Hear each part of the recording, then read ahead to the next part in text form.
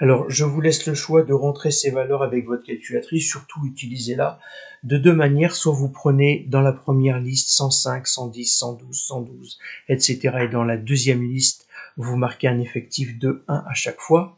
Vous enregistrez, vous utilisez votre calculatrice comme telle, ou bien vous rentrez 105, 1, 110, 1, 112, 2, 118, 1, 119, 1, 120, 2, 125, 2, 126, 1, 127, etc., etc. Bien.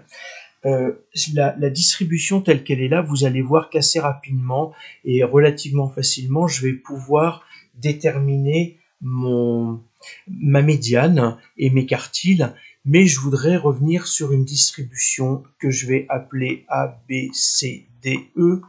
Donc c'est la plus simple, hein, c'est ce que je présente en niveau 3e. En fait, quand j'ai un nombre de valeurs impaires, un effectif impair, c'est très facile. Ici, ma médiane, c'est C. Pourquoi? Parce que quand je suis avec C, j'ai bien deux valeurs avant, j'ai bien deux valeurs après, j'ai bien 50% de la population avant, 50% de la population après. Ici, j'ai 62 valeurs, donc si j'ai A, B, C, D, E et F, en fait, ma médiane va être ici, et c'est quelque chose qui n'existe pas. Donc, ça veut dire quoi? Ça veut dire que quand je quitte C et avant de prendre D, je sais que je suis à la médiane ici. Eh bien, c'est exactement ce que je vais faire là. Vous voyez que j'ai un effectif de 62, et donc, à partir de là, comment est-ce que je vais faire? Eh bien, je sais que je suis à la moitié à 31.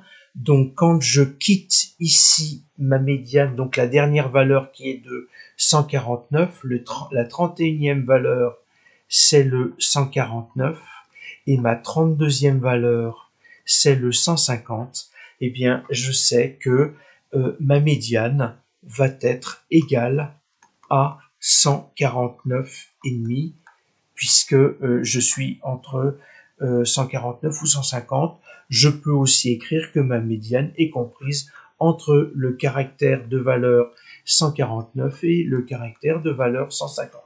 Et je vais faire exactement la même chose avec le quartile 1. Le quartile 1, c'est la moitié de la moitié. Hein, c'est le quart, donc 31 divisé par 2, ça va me faire 15,5. Ça fait 15,5. Et 15,5, eh bien, une valeur comprise entre 13 et 22. Donc, je suis à 13 ici, 14, 15, 16. Donc, mon quartile 1 est compris entre 132 et 133.